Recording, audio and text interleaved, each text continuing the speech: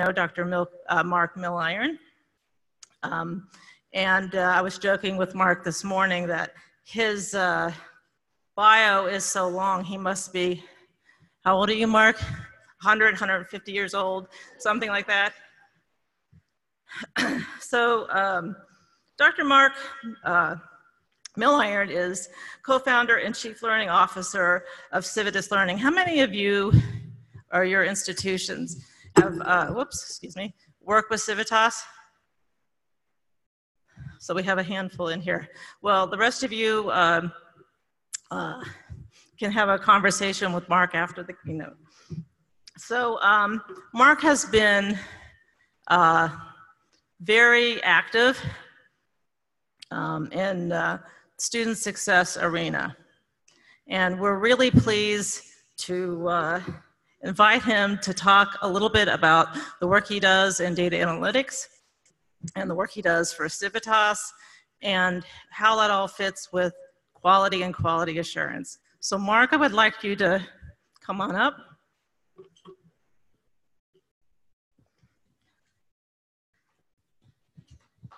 Oh, come on up, sorry.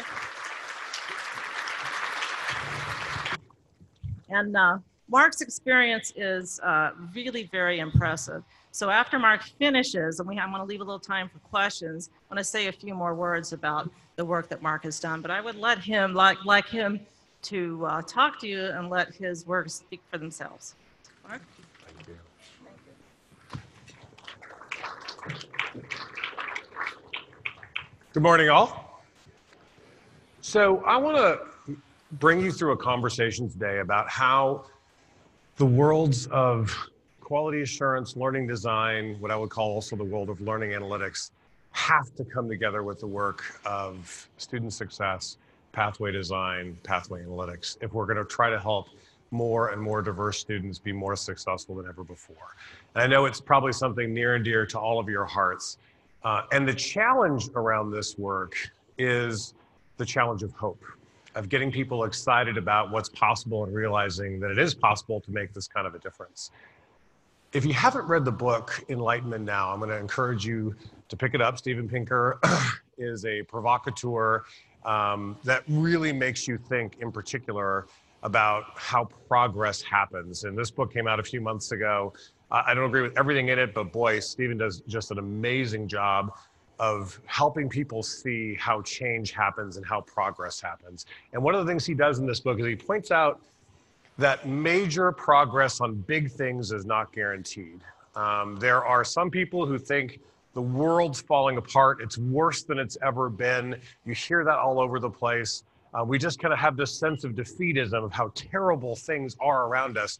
But if you take a step back and you realize, oh my Lord, the progress we have made as human beings on this planet in things like life expectancy, global hunger, child mortality and maternal health, global health inequality and crime and war. And he presents chapter after chapter after chapter of the data, but how we have made unbelievable progress in all these areas. And the challenge of it is people in some ways don't believe the data. They look at the data and they can't, like, that can't be true. It's absolutely true. And the challenge is our mindset around it is difficult. And so one of the examples he uses is something around extreme poverty. So if you look at the data around extreme poverty, if you define extreme poverty, there's a couple different ways of defining it, as living on less than $1 a day in today's terms. About 200 years ago, 230 years ago, 90% of the world lived in extreme poverty. I mean, the history was written by the rich 10%, basically. And that has radically changed in the last 200 years. And in fact, about 35 years ago, Jeffrey Sachs wrote the book, The End of Poverty, the Global Development Goals came out. And what we saw is just in the last 30 years, we've brought extreme poverty into the single digits. Okay? And it's one of these things where we can't get our heads around what a huge shift that is. And part of the problem is we are surrounded by the negativity of how horrible things are in the world that we're living in. We're running up on an election, and that's what everyone's kind of driving us to feel how terrible everything is. Are you feeling that every day? Yeah. And here's one of the things Jeffrey Sachs says. He says, Whether or not the world is really getting worse, the nature of news will interact with the nature of cognition to make us think it is. And he talks in particular about the availability heuristic, which is that people estimate the probability of an event or frequency of a kind of thing by the ease with which those instances come to mind. So when you think about the horrible tragedies we've seen in just in the last 2-3 years, when you think about the challenges that are on the news every day, we just think that's what's going to be around us forever. That's what's getting worse and worse in terms of the progress of it. And our challenge is people then start saying, well, we need to go back to the good old days. But I love the quote he brings up, which is nothing is more responsible for the good old days than a bad memory. Okay? And he talks about this basic thought exercise. Challenge yourself. If you had to be randomly placed on this earth at any time in human history, randomly placed on this earth, and you could not pick your gender, you could not pick your ethnicity, you could not pick where in the world, but just randomly popped on the earth, when would you want to be placed on this earth other than now? I mean, you are far more likely to be a slave or a serf than at any other time in human history than right now. Okay? And in terms of your quality of life and opportunities, yes, there are all kinds of challenges, but boy, we're making progress. And one of the things he talks about is progress does not just happen. In fact, if you think progress just happens, you don't get the second law of thermodynamics. The second law of thermodynamics basically is entropy, which means in closed systems, things fall apart. Okay? And the only way things get better is by leaders coming together using information and energy and effort and making progress on things. And actually, it's absolutely not guaranteed. The fact that we've made the progress we've made in all these areas is absolutely amazing. The challenge is we have this feeling that we're not making that progress. And why I want to start this way is I want you to get the fact that we are making progress in student access and success in higher education. But it doesn't feel that way. Every report we read is talking about how higher education is failing students and employers, about all the kind of things we're doing wrong in the world of education. And it makes us feel like things are falling apart. And I got to tell you, and you know this from the work that you're doing, there are amazing, innovative things that have expanded all kinds of access to education for students. But now we're trying to expand the conversation to say it's not just about access to higher education. It is about whether or not the students are actually successfully completing that education as they're getting in the door. Are you with me on this?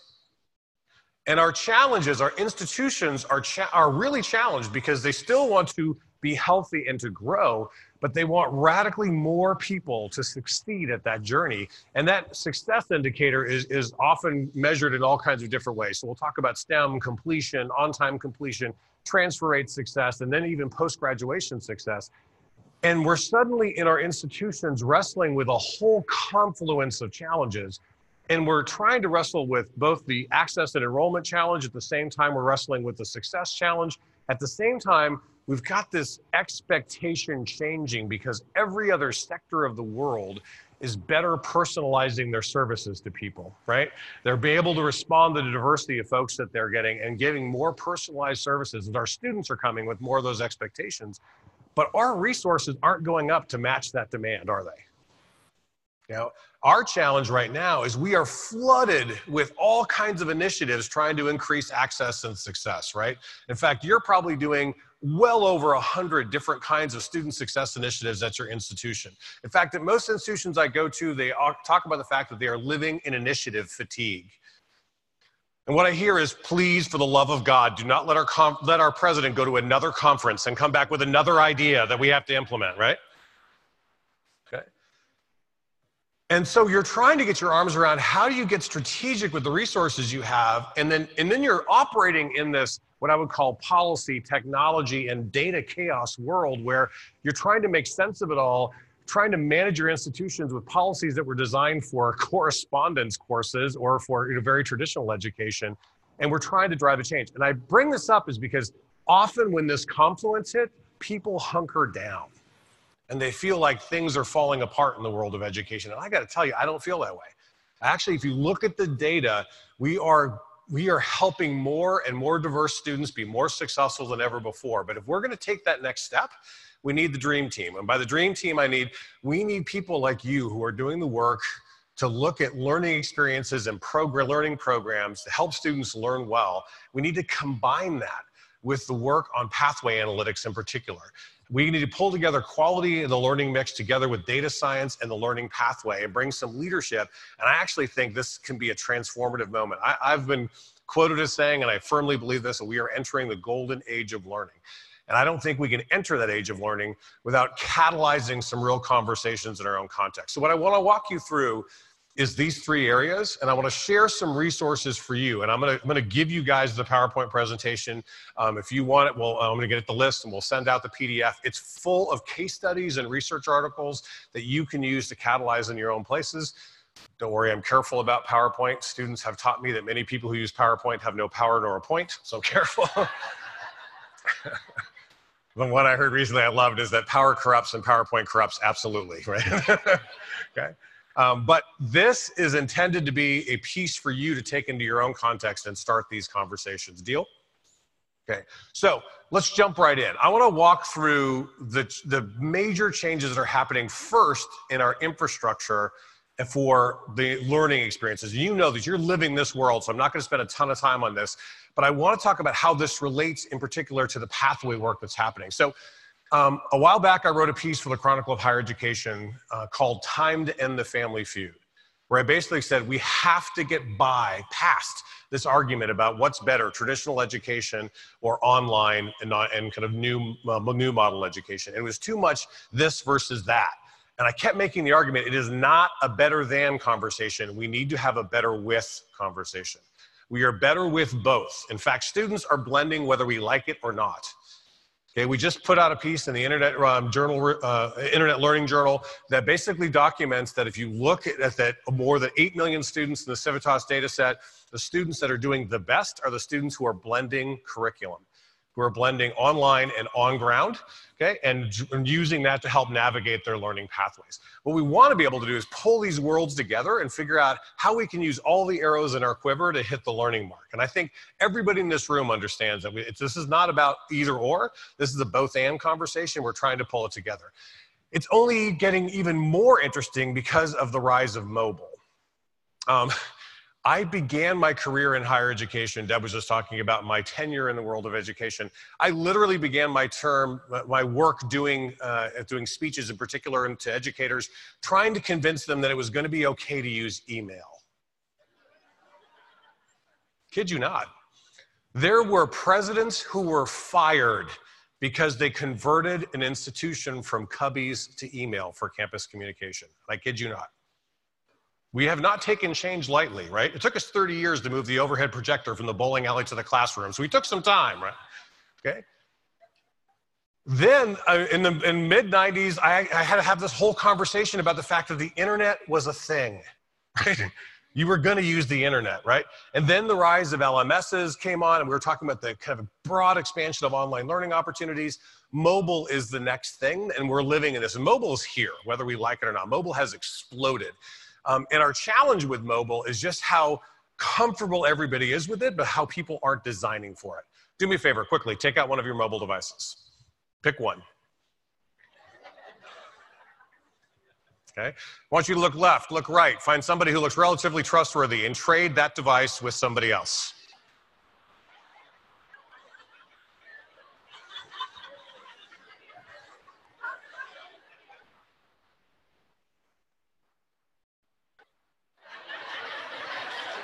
Okay, now as you're holding your neighbor's device, I want to make 3 quick observations. 1, there's a whole group of people in this audience right now that are feeling really good because you just traded up. You like what's happening. Second, I'm a big student of human behavior and I love watching people in this. There's one group of people that are really excited about their device, and as they hand it over, they feel the need to give you a mini orientation session. Look, it does this and it does this, and they're all excited about it. There's another group of people that, I don't know the motivation behind this, but they really feel the need to lock or turn it off before they hand you their device, right? And the third observation is the longer I let this exercise go, the more the anxiety in this room goes up because somebody is touching your mobile device. So do me a favor, hand it back. I don't want to get anybody freaking out going on in here. I do this because It is fascinating. We just did a study with the Center for Generational Kinetics, and one of the things the students told us, it was a study of 1,500 students all across the United States about their educational experience. And what they told us is they thought mobile could desperately help, and they feel like only 1 out of 5 felt like their institution was leveraging mobile in any kind of strategic way. And their biggest challenge for them is when their faculty members think that the best use of mobile is for them to take pictures of the slides, okay, that's a problem. If you found yourself taking a picture of this slide, that's irony, right? Okay. We, right now, are challenged to do a better job of leveraging the mobile infrastructure at hand, in particular around curriculum access. We can talk about how that's going to lay out. But let me tell you what, in a blended world with on-ground, online, and mobile, we're suddenly seeing the expansion of opportunities. And it's only going to get more interesting as we start getting into virtual reality. And let me tell you what, if you as an educator have not done a serious, and I mean a serious, virtual reality demo, it is almost educational malpractice. I would encourage you in the next 6 months, find a really serious place that does virtual reality demos and get a sense of what's coming, right? So you can get an idea of how this might impact. And it's not just virtual reality, it's also augmented reality. And augmented reality is where you're looking at physical things and or resources and literally just putting up your phone or putting up your iPad and new things come to life out of it, and you're blending the two worlds. I'm gonna show you just a quick video on that so we can kind of frame it in the conversation.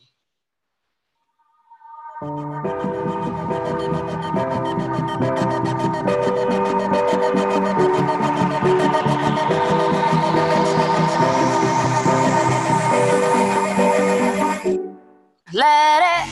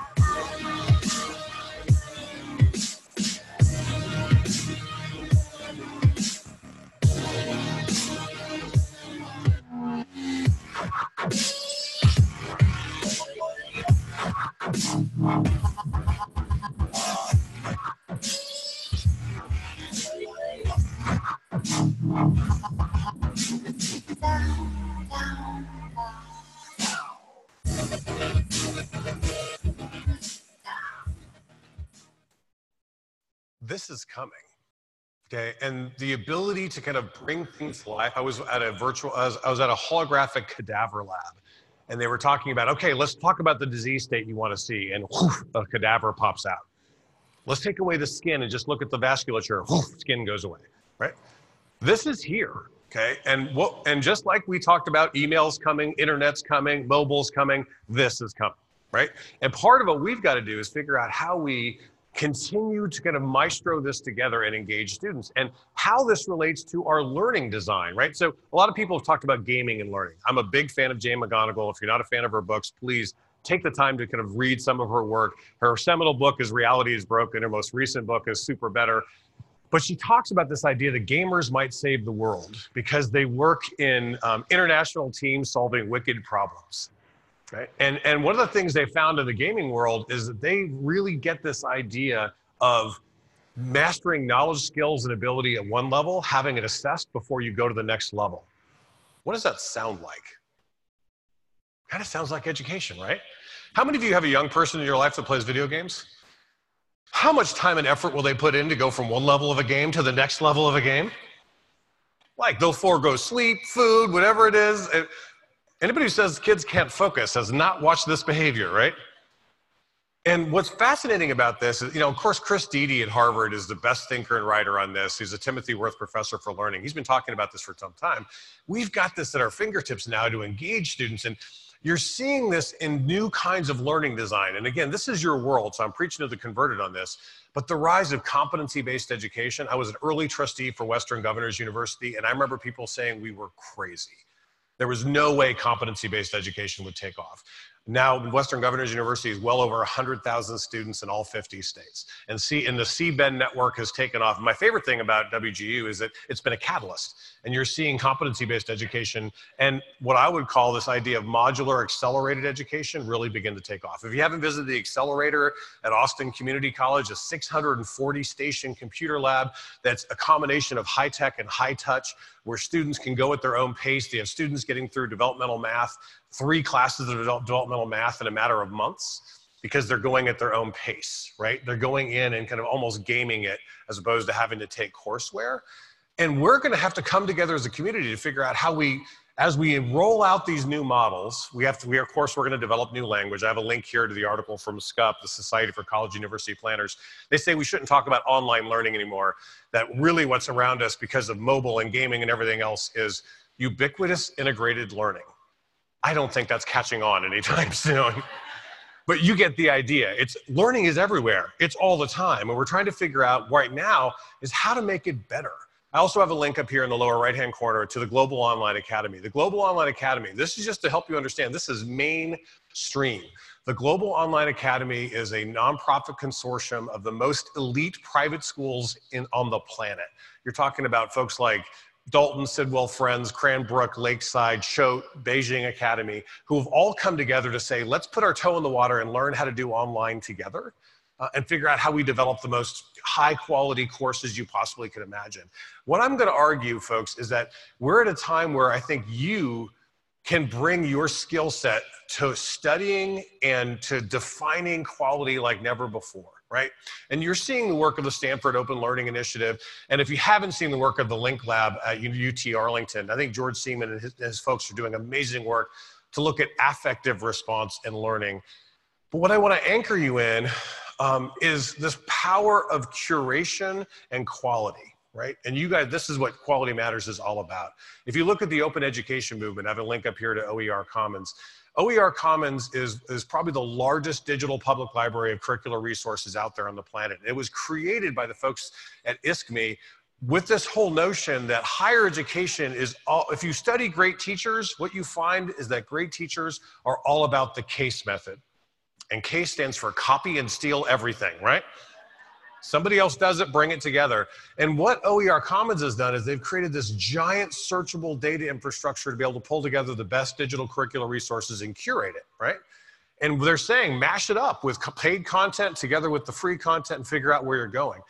What I'm going to argue is this is a movement you're in and you're anchoring and you're trying to help us make the most of the learning environment in this space. And we have to combine it with the work of data science and learning pathways. Absolutely have to. If you haven't been following, I was deputy director with the Bill and Melinda Gates Foundation. If you haven't been following the explosion of Student Success Foundation work in the last 10 years, it has been totally anchored in the realization in the late 2000s, especially the realizations that came out of the work of the Lumina Foundation and the work of the Gates Foundation. The Gates Foundation did not get into higher education because it wanted to fix higher education. It actually got into the work in 2007, 2008 because Warren Buffett decided to give $35 billion to the foundation. And one of the things he wanted them to focus on was poverty. He said, I want you to focus on poverty, especially in the United States, and figure out how we can change poverty dynamics. They brought in Hillary Pennington from Jobs for the Future. She spent a year doing deep research on poverty dynamics in the United States. And what she found out is if the foundation was going to be catalytic and actually change poverty dynamics, the biggest lever it could pull is not give away a bunch of money. Because even though they have a lot of money, it's rounding error in the larger scheme of things. How can they be catalytic? And what they found is the biggest disruptor of the transmission of intergenerational poverty, which, by the way, intergenerational poverty transmission, the likelihood of dying poor if you were born poor, is right now the highest it's ever been in the United States. I hope that breaks your heart. Right? It's the opposite of the American dream. But you know what the biggest disruptor of it is? It's education. And it used to be a K-12 education. It's not a K-12 education anymore. What is the disruptor of that cycle of poverty? Listen to the term, is a post-secondary credential with labor market value. Notice I didn't say a 4-year degree for everybody. It is a post-secondary credential with labor market value. That means certificates, diplomas, associate's degrees, bachelor's, master's, and beyond. It's a family of credentials that give people viability in the economy, and especially the ability to have agency to kind of guide their own lives. And it's particularly transformational between the ages of 16 and 26, because you not only help that person, you help who? Their kids and their extended family. It's a ripple effect in terms of what you do. So they got super excited about how can we learn about this? And what really breaks your heart is if you're in the high income quartile in this country, you're between 85 and 90% likely to finish your higher education journey. If you're in the low income quartile in this country, you're between 12 and 18% likely to finish. And our challenge is the low income brackets are the ones who are trying to go to higher ed for the first time. And are we great at helping them succeed? No. So part of it is saying, how can we bring the data to understand the challenges so we can be better with these students? That has been what this movement's been all about. And interestingly, it's really good to be the second mouse to the cheese. Why I say that is because the first mouse, they actually have to suffer through a lot of problems, right? And we have learned from other sectors who are beginning to use analytics. And one of the sectors we've learned from is the world of healthcare. And one of the things they found in healthcare is one of the most powerful things you can do is democratize the data. Get the data out to the front lines. So one of the big initiatives, I was the vice president for education and medical practice at SAS, one of the largest private analytics companies out there. And we were in the rise of electronic medical records in the mid-2000s. And I watched this firsthand.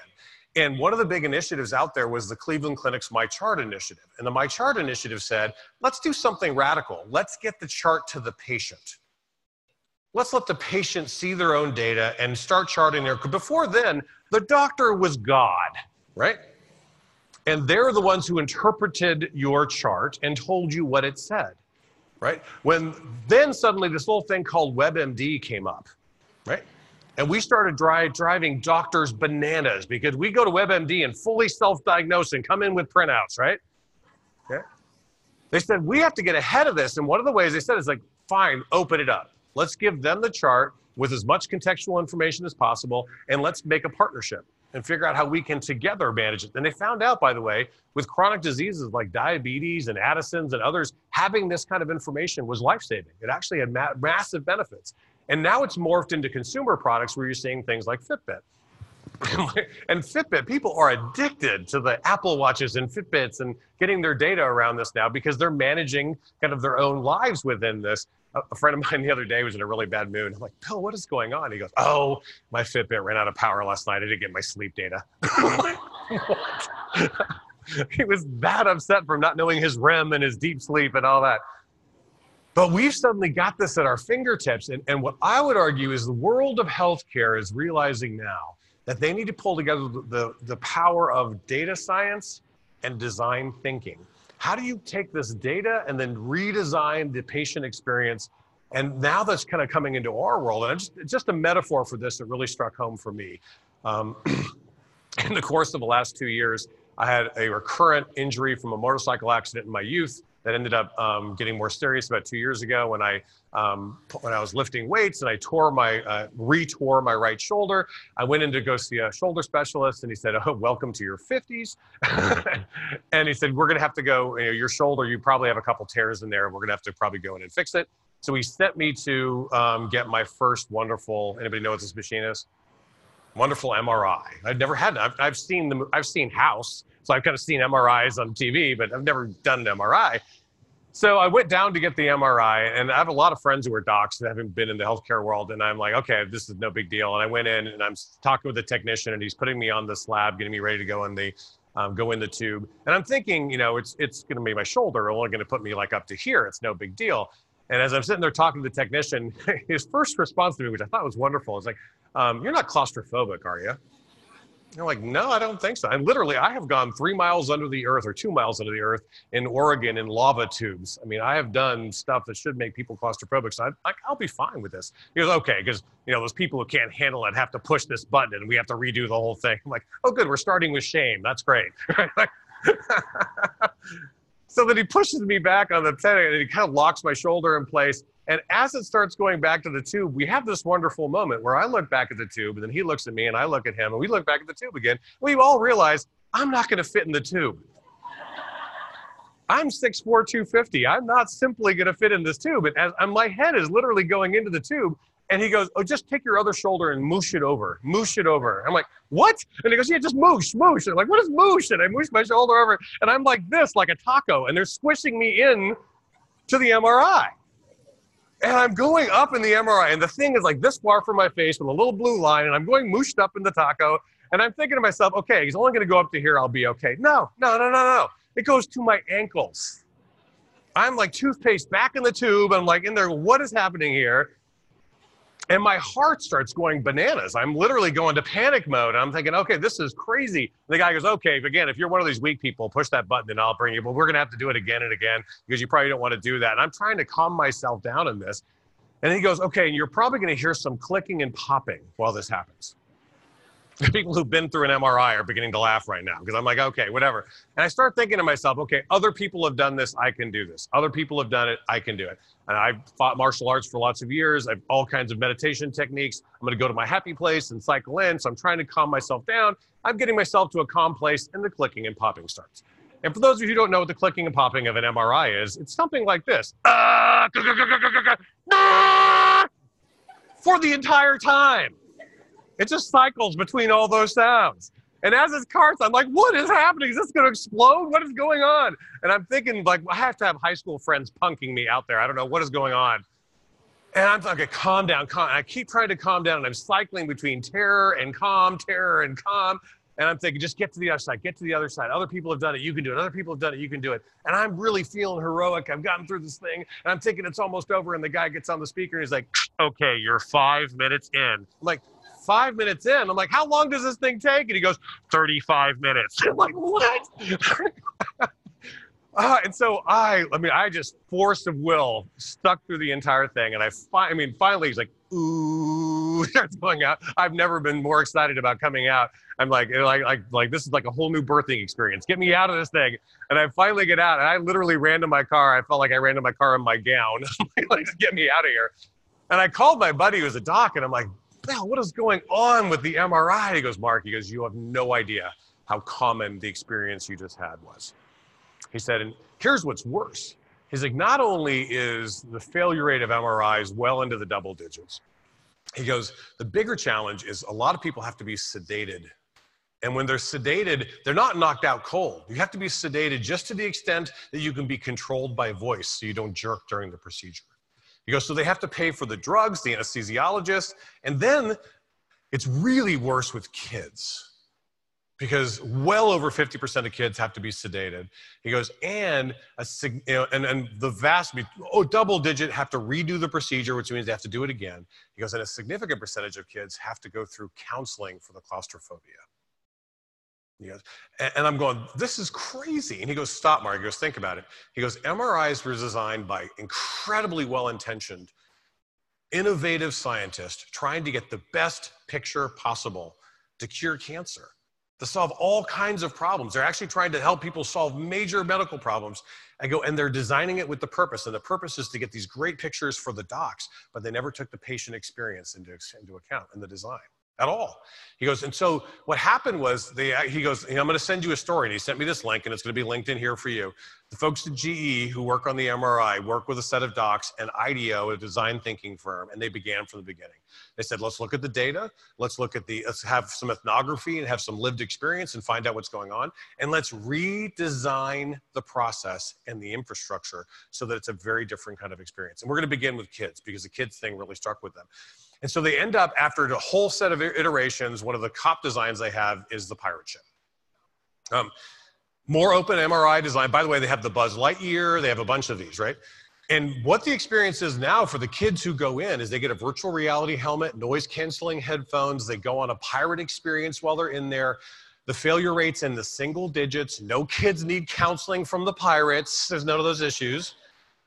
Their biggest problem in this, in fact, what they see is these things more than pay for themselves because it's penny wise and dollar dumb to do it the old way because of the amount of failure and the amount of costs you have to put in together.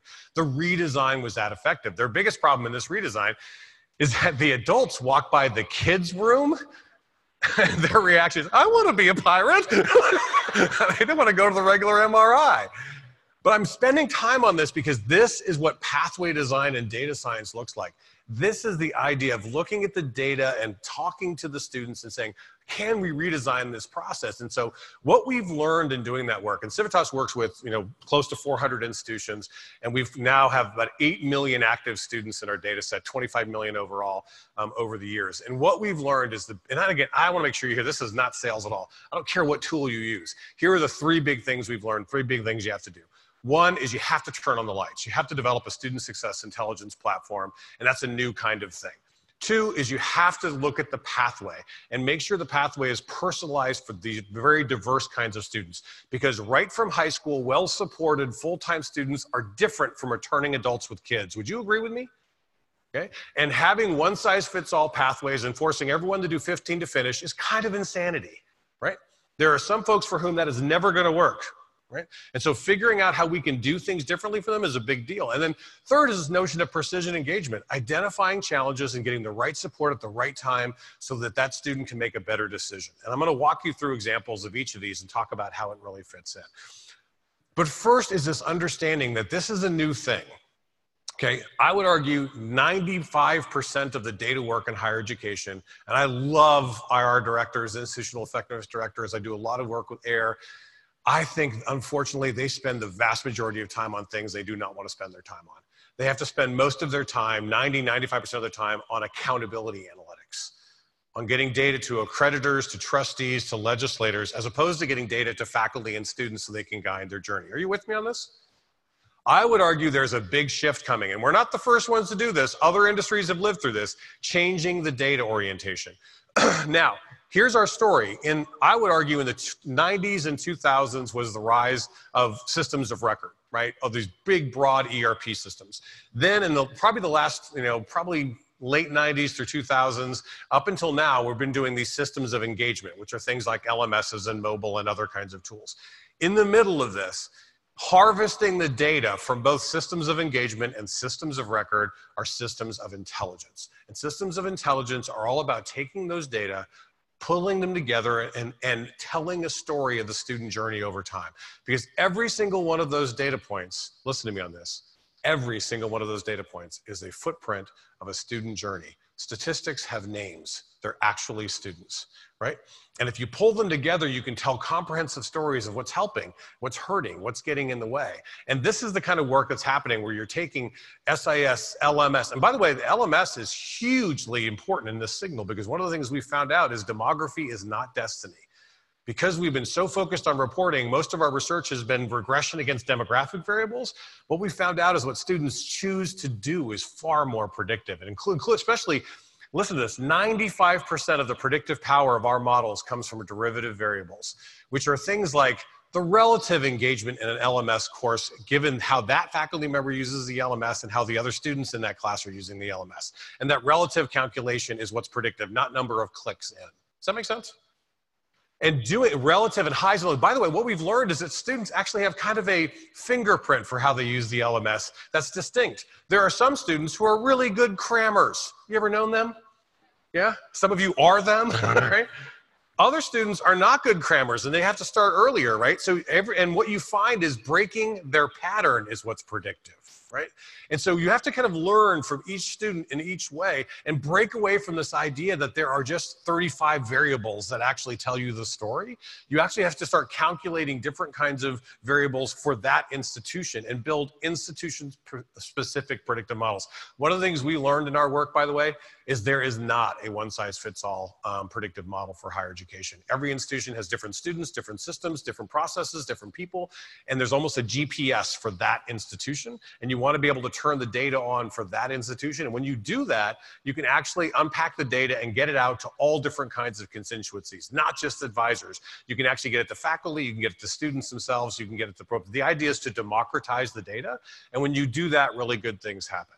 So one is you got to turn the lights on. Once you turn, and this is my most important line on this, is it's not turning the lights on, it's turning your lights on. Because one of our problems is we adopt a lot of things from other places because we say, oh, we know this works. And what we know is it works in that context. We don't know whether or not it's going to work in your context.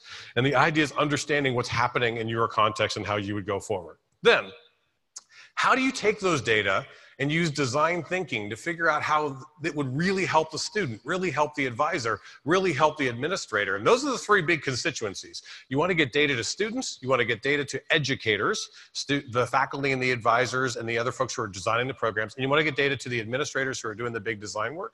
I'm going to give you examples of each of them. This one's called Degree Map. With Degree Map, we built Degree Map after about a 300-hour ethnography with advisors and students. And what we found is that students, they spent of a 30-minute advising session, 25 minutes was spent answering one question: where am I? Looking in multiple systems to figure out where they are on one specific pathway.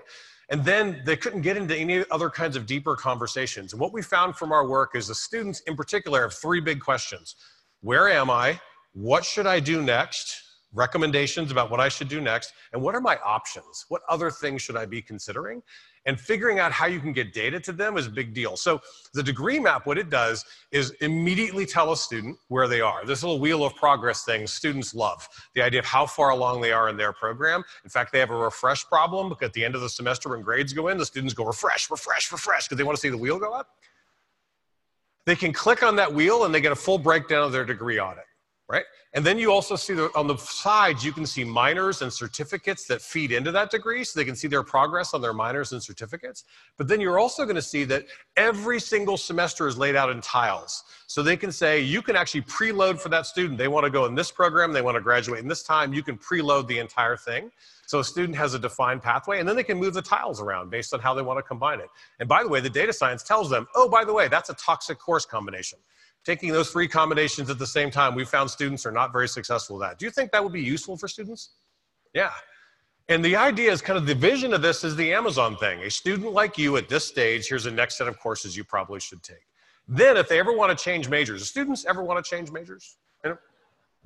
This app does what no advisor on the planet can do unless they're John Nash Jr., which is look at every possible, given their credit accumulation, every possible degree option and certificate option, and come back and say, of all the programs you're looking at, here are the ones you're farthest along in. And the idea is that stack ranks their options, and then they can click on any one of them and get a side-by-side. Here's where I am, here's where I'd be, time difference, cost difference, and the rest. And then they say, well, what's the job market for that degree? And it links them out to MZ data and Burning Glass data, and they see what the job market's gonna look like. Think students like this information? Yeah, and what we've seen from just getting this information in the hands of a student is a very consistent double-digit jump in persistence. And the one we're most excited about is, and this is with prediction-based propensity score matching, which is the equivalent of a statistical RCT. So you get rid of the selection bias. What you find is the lowest quartile students, the students who are the prediction says are the least likely to finish, have almost a 19-point bump. Folks, this is a scaffold, right? Now, I come from a family, the notion of scaffolds really sticks with me because I come from a family of 9 kids. I have an African-American brother, a Native American brother, and a Korean sister. In addition to that, we had 25 foster kids who rotated through my house during the time I was growing up. My mom was a special needs nurse, and my dad was out of his mind. So, big, rowdy household. I was the first one in my family to go on a major higher education journey to get a bachelor's degree and move on beyond it. When I started at Mesa Community College at 17 years old, I literally did not know what an AA was. I didn't know what an AS was. I kind of knew what BS was, right? Because I was deep in the imposter syndrome. I was sure somebody was going to figure out I didn't belong there and they were going to kick me out. And luckily for me, I always tell people I'm completion by serendipity, not completion by design, right? The right people showed up at the right time to help me succeed. The challenge is, for every one of me who succeeded, there are hundreds who did not. In this country, 20 million students are going on higher ed journeys in this last year. Only about 55% of them will finish. And the ones who don't finish are disproportionately low income and first generation students. Are you seeing this in your context? Okay. What the low income first generation students need is, what they don't have is the scaffold that the high income students have. If you come from a second, third, fourth generation family, it's different. My 4 kids, I have 4 kids from ages from 10 to 20, which my mom calls a starter family, by the way. You'll get that. Every one of my kids had a UT Austin onesie on in the crib. They were scaffolded from birth to go into higher education. If my daughter's car breaks down and she's going to UT Austin right now, it's not an emergency, it's an inconvenience, right? We go help her out. If you're a low-income, first-generation, returning mother with 2 kids, and you're working and your car breaks down and you can't get it fixed, it's existential, right? You're dropping out of school. It's just a whole different kind of thing. And what we know is getting the right scaffold so they can stand on the shoulders of other successful students can get good things happening. Just little things like, we found scheduling. By the way, it's most of our course calendars are actually created based on 3 things. They're based on facilities availability, faculty interest, and what we did last year, right? And so our students trying to navigate that to fit their complicated lives is not easy. So the idea of actually using data to say, here are my classes I need, here are the constraints of my life, I'm working at this time, I have childcare at this time, and now let's do a machine learning optimization match against all the course offerings and come back and give me the 3 schedules that work for me, hugely beneficial. What we find is getting that data to students is a really big deal, and getting them the right kind of nudge at the right time is a really big deal. And then getting advisors. Advisors are overloaded with resources, and so the idea of helping the advisor say, here's your caseload, right? Here's ways you can connect and manage and have kind of a CRM. But more importantly, let's have the data science run and say, here are engagement opportunities. Based on the data, here are the students you can kind of reach out to and connect with. And what we found is if you can build that kind of infrastructure to get the data to the advisors and to the faculty so they can collaborate, right? Faculty can send notes and you go back and forth. You actually end up with the opportunity where you suddenly have advisors who are told, okay, of all the 200 students or 600 students you're in charge of, here are the ones that have real discrete opportunities based on the data. And it shows them this student is a transfer student who has not met with an advisor. This student is a high GPA student but has a low prediction score. So they understand the context for the engagement opportunity. Does that make sense? It's the idea of using the data to tell an advisor, to tell a faculty member, and by the way, to connect the dots. Because what happens is that advisor doesn't see that this student's having challenge in 3 courses of the 5 they're taking, and when they come together, you suddenly have better, fuller information. But it's the idea of democratizing this data and then synthesizing it and using the data science to take it to the next level. It's course designers being able, this tool is called Courses. It actually shows you the predictive power of each course. And what this thing shows you, so we had this feature in the New York Times. One of the things we showed is it's not just high DFW courses that are predictive. One of the things we found, how you read this, by the way, is each course is a circle. The bigger the circle, the more students take the course. The higher up it is, and it's put in the year it's typically taken. The higher up it is, the more predictive it is. And one of the things we found is that there are different kinds of courses that are predictive besides DFW, including courses that most students pass. Okay, we generally, one of them is called the yellow flag signal. Look at the data on this. This is from University of Arizona. They actually found that in a few of their degree pathways, English composition and rhetoric, this is where you have to unpack the data. Most students pass this course. If they got an A or a B, they're fine. But if they got a C, they're 94% likely to persist to the next semester, but they're only 52% likely to graduate.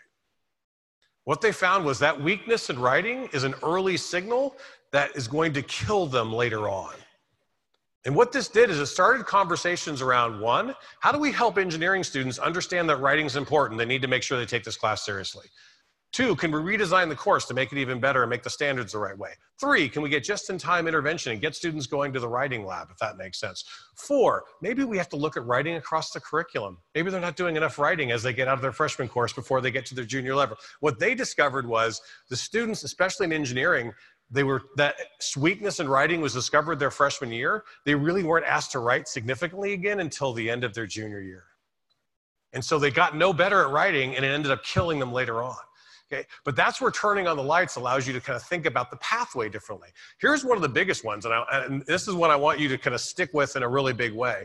We have found, in particular, that institutions radically over-index on academics when it comes to student success. If you're looking at student success pathways, almost 80–90% of our interventions are based on academics. And one of the things we showed across the data, we looked at 4 million students, and we found out of all the institutions that were serving these 4 million students, 98% of them were losing more students above 2.0 than below. And 75% of the students who were left were above 2.0. But the one that really blew people away is all the students who left in the last year, between 40 and 45% of those students were between 3.0 and 4.0. They were not leaving because of academics. Why were they leaving? It's life and logistics, it's psychosocial, it's a whole host of other kinds of issues. And if you haven't read the work of Sarah Goldrick-Rab, Paying the Price, it is absolutely worth reading. She has moved the Hope Lab from University of Wisconsin to Temple University. They just launched the Hope Center. And one of the things that she's pointing out is understanding that there are extra academic issues, that means outside of academic issues, that are just as powerful. Meaning 1 out of 10 students in higher ed is homeless. 30% are food insecure. They can't afford their textbooks, right? Only 55% of students who are required to get textbooks are actually buying the textbooks, right? And that's because of cost and inconvenience. There are all kinds of other issues, and there's childcare, there's parking, there's financial aid, there's all kinds of issues that we're trying to get our heads around. And part of it is understanding that signal is there. You actually see it in the LMS. You see it in whether they're going to the fitness center. You see it in whether or not they're engaging with other students on apps. And when you pull that data in, you actually get some signal there might be a challenge. And one institution, I love this, we've now sent close to 3 million nudges in the last 2 years, and we've been testing what kind of nudges work for which students. And one of the most important things is to nudge a student just to let them know you care, right? And that you connect with them. So this institution, they were really blown away by the high GPA. They actually came to us and said it cannot be true that 45% of our students left between a 3.0 and 4.0. We turned on their lights, and sure enough, it was actually 47%. And they said, we got to find out what's going on. And we said, okay, we worked with them to design a nudging campaign. And here's what they did. They identified the students who were high GPA, low persistence score, and they sent out this nudge. And one of the things, by the way, when you talk with students, the students have told us, for kind of outreach and nudging work, especially motivational work, don't text me. That's weird. I don't want you in my text world. If you're going to text me, you text me because the building's on fire or because I'm late for something. Don't text me long messages like this. An email's fine, but you got to let me know that it's important enough for me to read, and it's got to be from somebody I'm connected with. And so we work with, especially on kind of testing the subject lines. By the way, the subject line, "We're proud of you." Again, this is going to students who are highly successful but low persistence score. The subject line, "We're proud of you," has an 85% open rate. I mean, to the point where if I want my wife to open my email, I'm like, "I'm proud of you," right? And that email's coming through. But listen to this email. It says, this is to a student who is high performing, but the prediction score says there might be a problem. It says, "We're proud of you. I want to send you a note to see how your semester is going. College can be challenging this time of year, and even the most successful students can struggle. Common challenges for students include job commitments, family responsibilities, financial pressures, transportation issues, or a combination of these and other issues. Do any of these sound familiar to you? If you're experiencing any of these issues or other things, I'm here to help. I'm proud of your progress and excited to support your continued success." Think about what this message does.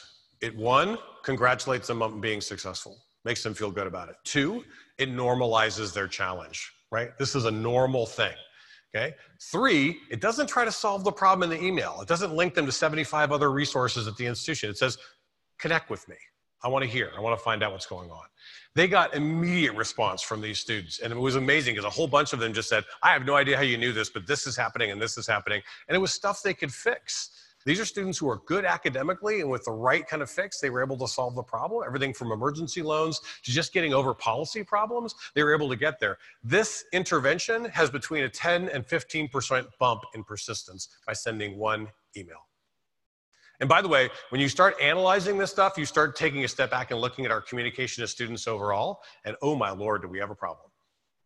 Most of our communication going to students is contractual, legalistic, and has nothing to do with supporting them and encouraging them to persist and complete. Just go back and take an audit of the messages that are going to your students from your institution. It's pretty painful, including, by the way, data around early warning systems, and I'm going to come back to that in a little bit. So what we've now seen is that institutions who do this kind of work are seeing significant gains. This will link you out to a case study from Lorain Community College, who, when they started doing this work, were at the bottom of the performance-based funding in the state of Ohio. They've seen a 20% increase in retention, 89% more degrees awarded, and 60% more graduates. They are now the top performing community college in the state of Ohio. You've seen recently data from Arizona State University that's showing that they're historic highs in their freshman retention. And if you haven't unpacked the data from University of South Florida, not only have they had like a 17% jump in their grad rate and they've reached a 91% first year retention, they've closed all their equity gaps. So there's no difference between their African American, their Hispanic, their first generation, their low income students. And they've done it by leveraging, what they really do is just kind of take the analytics and do direct outreach. And it's pretty powerful how they've been able to make this work. I'd encourage you to look at University of South Florida. My favorite thing about it is it's not complex. They literally just take the prediction score and have a group called the care team that meets once a week and they do triage.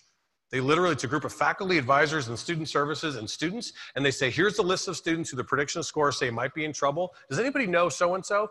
Can we get someone to connect with so-and-so? And they just design it. It's just the care team. It's all they do. And guess who the most impactful outreach players are? Students. A student reaching out to another student to find out what's going on has the biggest impact. It's a simple innovation. It's what I would call high tech and high touch, but it's using the data to kind of drive that kind of design. Now, what I'm going to argue to you folks is I know that there is powerful work going on with pathway design and with using data science, especially on learning pathways. I know there is powerful work that you're doing in the Quality Matters world and in instructional design. We have to bring these worlds together. We have to, because if we want students to learn well and finish strong, which I think we all agree are kind of the twin goals here in higher education, we've got to figure out how we get these worlds together and take this signal to help more students succeed on these kind of pathways. So a couple of admonitions around that. One, you've got to be willing to have conversations around data.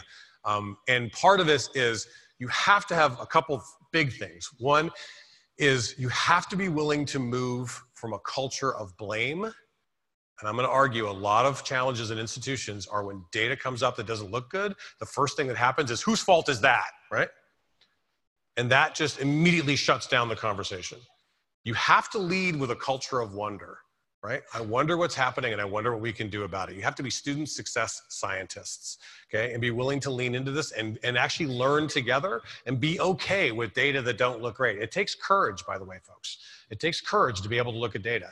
And look at it differently. Second is be willing to wrestle with the difficult challenges. This is a link out to the New America piece on predictive analytics. I love it because it makes you wrestle with the ethical implications of this, which is done poorly, there are people I do not want using data analytics at all.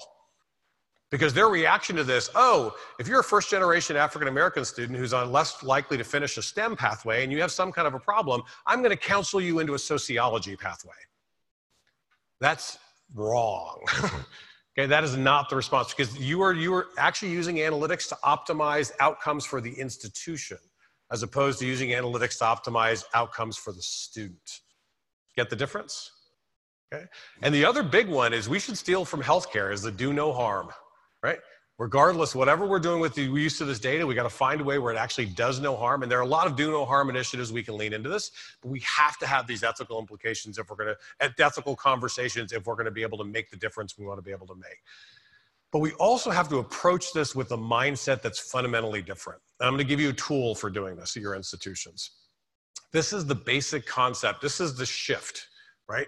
I would argue if you look at just simple matrix, if you look at insight capacity, your ability to take data and use it for something.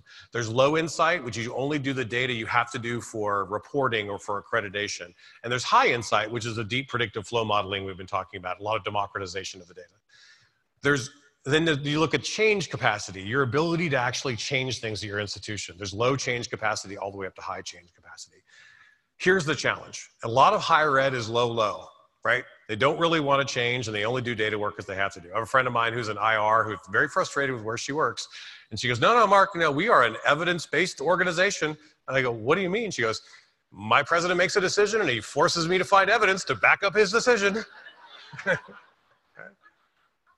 Well, that's not what we're talking about. That's a different kind of data-driven, right? Then you've got people who have actually done impressive data work. The challenge is when the data comes up, they actually get into analysis paralysis. They get wrapped into the why, okay? If the data says this student's about to fall off a cliff, they're spending time talking about the why of why they're heading towards the cliff as opposed to stopping the student from falling off the cliff. Okay, just simple story. Early in our work, we had an institution where we actually gave them a decile study of the students who were the most likely to leave in the next year. We gave them a list of 1,007 students based on our predictive model that said they were going to be leaving probably in the next year.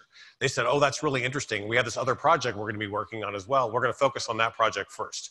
We said, okay, so we helped them with that project. At the end of a year, we came back and the provost, to her credit, said, okay, I want to pull up that list of the 1,007 students that you gave us. All 1,007 were gone. And I mean, I love it because this provost basically said, I want everyone around this room to understand we knew this and we didn't do anything about it. Okay? We've got to be willing to move beyond analysis paralysis and actually figure out and how to try and test and do things. The other real challenge, folks, and this is a big one, is this lower right-hand quadrant. And we found this when I was at the Gates Foundation. Higher education loves best practices. We love, I mean, the things that really move higher education are reputation, regulations, and resources, right? And that reputation, there's a jealousy factor going on out there. If they're doing something cool, I got to do something cool, right? And then you get this little bit of, I got one of those, I got one of those, I got one of those, as opposed to thinking about what really works in your institution. And the biggest challenge with best practices is people aren't adopting because it's based on their data, and worse, they're not even testing to see whether or not they're working. They're arguing about the effectiveness of it later, or they're not doing it at scale. Are you seeing any of this in your own world? Okay. The movement is we need leaders like you, and there are more and more people doing this, moving to this upper right-hand quadrant, where you, one, use your data to turn your lights on to understand your challenges. Design your outreach and your pathway and your quality work based on your data, and then test and see what the outcomes are. And what I can tell you is when you start doing that, you can actually have some great conversations. We actually have this tool called Impact. And what Impact does is it does, like I said, is prediction-based propensity score matching, kind of an RCT for your initiatives. You can put your initiatives into Impact and look at what kind of lift you're getting. And one of the things that's really fascinating in this is we've done now more than 1,000 of these studies, and there's kind of a pretty consistent 60-40 thing that happens, which is of all the student success initiatives people are testing, about 60% of them have some kind of statistically significant lift, but about 40% of them have no to a negative lift. And what they assume is that we were doing something, activity must be impact, activity is not impact, right? You kind of all know this intuitively. And I'll just give you an example. There's a lot of folks who've been adopting early warning systems. I'm gonna give you an early warning on early warning systems, okay? What our data show is early warning systems can be impactful, but they also, we've seen them be some of the most negative initiatives that are rolled out. And I'll just tell you a story. A student told me this story in a focus group. Returning woman, 3 kids, fights to get back into college over the objections of her family. Signs up, gets into a nursing program, starts in September. Beginning of semester, kicks off. Her kids go back to school. She goes to class. She's super excited. What happens when your kids go back into school after being out all summer? They get sick. Every mom in the room is like, they get sick. They don't know exactly what that is. 3 weeks in, the flu hits. 2 of her kids get sick. She's heads down with literally vomit everywhere, all over her house. She's swimming in Lysol, dealing with all the kids everywhere while her work is blowing up and she's getting behind in a work project. She's managing the work from home as she's dealing with the sick kids. And she ends up missing 3 classes during the course of 2.5 weeks as she's trying to stay up. She finally gets the kids well back to school. If you know flu cycles, it took almost 10 days to 14 days. The kids gets back on their cycle, gets them back into school, gets back on. And as she starts going back, she gets an email from the school that says, this email is to inform you that your school, your college has a 4 absence policy. And if you've missed 3 already, if you miss 1 more, you'll be dropped from your class. After what she's been through, what does she decide to do? She decides to drop. And her line to me that really broke my heart was, I just kind of saw it as a sign from God that I wasn't supposed to be going that semester. You got to test. I mean, the idea, the intention, just like the MRI, the idea, the intention, amazing. But you got to test to see how you can design it so you can actually help the students you're trying to serve be successful. With the right kind of message, a message that says, just reconnecting. We've noticed you've missed multiple classes. I want you to know students who've missed these classes often have these kinds of issues. We get it. Please reconnect with me and let's get you on a plan to get you back up to speed. That's a totally different message than you've missed 3 courses. You're going to be dropped if you miss 1 more, right? And that means the design work around this makes you think about it. So what we've seen is When you look at what's working and what's not, by the way, early, we're going to be putting out a big report on this. This is early data. We're seeing big things that work consistently across the board, right? So advising, by the way, about 70% of the advising initiatives actually have some kind of positive impact. About 30% have none. People have hired 50 advisors and there's really no change in the outcomes. It has to do with how you implement it. Club, I love how it says club. We're not talking about clubbing students. Don't club students. But involvement in PTK, involvement in sororities and fraternities, involvement in academic clubs, any kind of involvement has almost 100% student success impact we're seeing across the board. Writing support, hugely impactful. What we find though is consistently is when you unpack it, the students using the Writing Center are not the students who need the Writing Center. And then you can start nudge campaigns like, did you know that our most successful students use the Writing Center at least twice during the semester? Come join the party, right? Because what you find is the majority of students who aren't using the Writing Center, who need the Writing Center, they don't go there because they think it's an admission of failure, right? So if you can change their mindset, you can tune it. So the idea is not to give up on things because the data are bad. It's figuring out how do you adjust, right? How do I optimize my resources, readjust, and kind of pull this together? But that means you as leaders have to get your heads around the data and figure out how you're going to drive forward. It means different kinds of conversations based on the data. Folks, I am convinced, deeply convinced, that we're going to make progress in this area. And if you look at the data, just in the last, if you think about it, the last 200 years, American higher education has been ridiculously successful at opening access. Our innovation engine has been focused on opening the doors for more people to get into higher ed. Are we great at it? No, of course we can get better. But you cannot argue that we have moved from basically an aristocracy-based education to a meritocracy to a more of a democracy-based education where more and more people can access it than ever before. Now we have to turn our same innovation engine towards not just access, but success, right? And helping students learn well and finish strong. We're not going to get there unless we have folks like you in the mix. We've got to have this focus on the learning journey together with the pathway, and we can get some leadership to really drive this to the next level. And think about why it's going to be important. Final thing. I'm in Tempe, Arizona, about to give a speech at Scottsdale Community College and then go to meetings at Arizona State University. It's August. Those of you who know that area, I have 2 degrees from Arizona State University, so I know the happenings of that area in August well. I'm staying at the Tempe Mission Palms downtown. I decided I really want to get some steps in because I got my Fitbit on, right? So I'm going to get out. I decided I want to get dinner, so I order pizza from Oregano's, which is a great pizza place, and it's a good walk away. I'm going to walk out to Oregano's, get the pizza, and walk back, and basically have a net, burn my calories by getting there. So I walk out, and I'm about 7-8 minutes out into the walk, getting to just about to turn on to university, and my phone explodes. Every alert in the world starts going off on my phone, and I'm heading west, and I'm looking at my phone, and these are the alerts that are coming up. And I'm like, what in the world? And I realized, oh, it's August. This is monsoon season. And they have these things called dust storms and monsoons, and these things called haboobs that are like micro tornadoes that come down and blow things up. And so I'm like, and I literally turn around, and there's a wall of black dust coming in the distance from the east. And I start doing the math in my head. Okay, it's going to take me at least 15, 20 minutes to get to the restaurant, get my food, turn around, another 45 minutes to walk back. I'm like, I'm not going to make it. I'm going to be in the middle of that crazy storm. I go, so I'm just going to walk right back to the hotel, get in my car. I'll drive to the restaurant, get my food, and then drive back. At least I'll be in the car and I'll be okay. So I've done the math. The signals helped me. I've changed course. I head back. I go back to Tempe Mission Palms, and as I'm going by the front door, there's a couple that is talking to the valet. And this couple, probably in their 50s, is having this conversation with the valet. And the valet is trying to convince them not to go on a walk into downtown Tempe right now. And the couple goes, oh, don't worry, but we're from Florida. We know storms. You guys don't know storms, and we're good. And he goes, he's kind of going like this, and he looks at me, and I look at him, and we're like this, and they take off into downtown Tempe. And so I run over, get in my car, and I know I'm going to have to take off. So I take off to head back down to go get my pizza. And as I'm heading down there, the wind starts going crazy. Literally tumbleweeds are going across the road. Things are flying in all directions. The big fat rain starts hitting. I pull into Oregano's, and people are scrambling and running off the deck in all directions. In Arizona, it doesn't rain very often. So when it does, it's hysteria, right?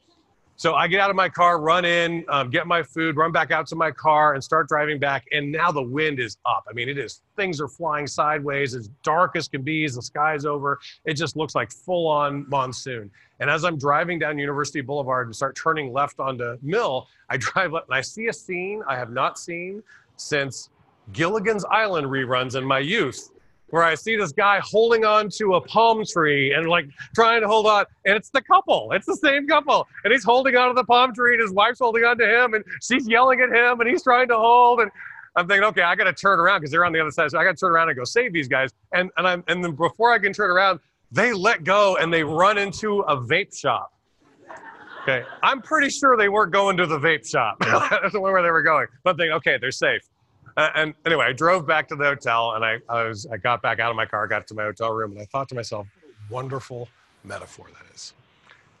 And why I say that is because two rowdy grad students disobeyed their professors and stayed in a radar room longer than they were supposed to and discovered the hook echo pattern that created all the technology that gave us the signal for these apps. And their leadership and their innovation created these signals that have lit. If you talk about weather signaling technology, the estimations are, we're talking about tens of millions of lives that have been saved with the early indications of these kinds of storms forming, right, and hitting different kinds of communities. Unbelievable. I'm going to tell you, folks, we have in any given semester anywhere between 17 and 20 million people going on higher education journeys in our world. And for many of them, the storms are coming. They're coming in all different shapes and sizes. And we know they're coming. And now we have better technology than ever before that can help get them signal and help them make better choices and help the educators make better choices and help the administrators make choices. But we've got to lean into this. We've got to be willing to do this because I got to tell you, when you meet these students, again, every one of these statistics has a name and has a story, and they're going on a journey to make a difference for themselves and for their extended families. You understand how important this is. This is not a little thing. This is a big thing. And I got to tell you, we can do this. There is hope. I don't care about the clickbait catastrophe that's out there in the media around this. We are making progress, and we can make unbelievable progress if we're willing to lean into it. But we need to come together to make that work. Thanks, folks.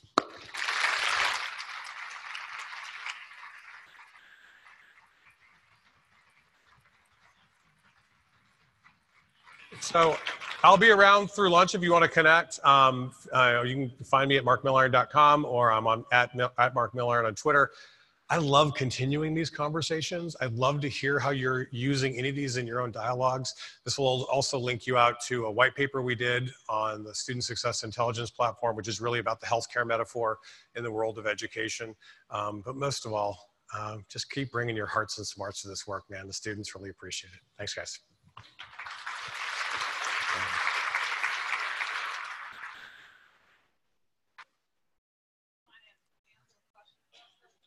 Sure, come on. So, You gotta go to the mic. yeah, so thank you. So can we give another round of applause? That was terrific. That was terrific. So Mark and I were having a conversation at the table, and this is why I wanted to wait to do this. So I think that presentation was really reflective of your career pursuing student success and student outcomes. And so everything from your work as the co-founder and chief learning officer of Civitas Learning, your work with the Bill and Melinda Gates Foundation as the deputy director for post-secondary success, the chancellor of WGU, and your work at University of Texas at Austin. You were the CEO, League for Innovation. You've seen a lot. You've done a lot. So what's the one thing you would tell us to go back and do to make change at our institutions? If you had one thing to tell us, what would you send us off to do? I would say have the courage to catalyze the conversations that matter. And I think in the world of academia, the conversation, quality matters is at the core of this. The conversation that really drives the world of higher education is around, are we improving or expanding learning with this policy, practice, or program? And how do we know? Right, and being willing, and I think in some ways we have to use the culture of academia to help academia, right? We're supposed to be, it's ironic as we always talk about the importance of critical thinking and creative thinking and social learning and civility and the broader learning side of it. And by the way, the social learning side and getting along in these conversations, I got to tell you, if you're going to take this admonition, be careful and just be ready, because the minute you start bringing up these conversations, you're going to have people who are just angry about everything coming out, right? A friend of mine calls them cave people, colleagues against virtually everything, right? Have you met a cave person somewhere in your world? If you can't think of that person, you might be the person. I want to point that out. But they're only equaled, they are, and listen to me on this, they're equaled by the true believers. The true believers will overpromise and underdeliver and cut the credibility out of your initiatives. What you want to be is you want to be a thoughtful critic, a careful advocate that can create a space for the right kind of conversation to drive this forward. And then I think if you do that kind of work, I've seen it again and again, the right leaders coming forward, catalyzing those conversations, we can really make a difference for this. Thank you for that call of action, Mark. We really appreciate it. So I have my own call of action for you. I have a few announcements, and you know, the probably the most important piece of information that you'll get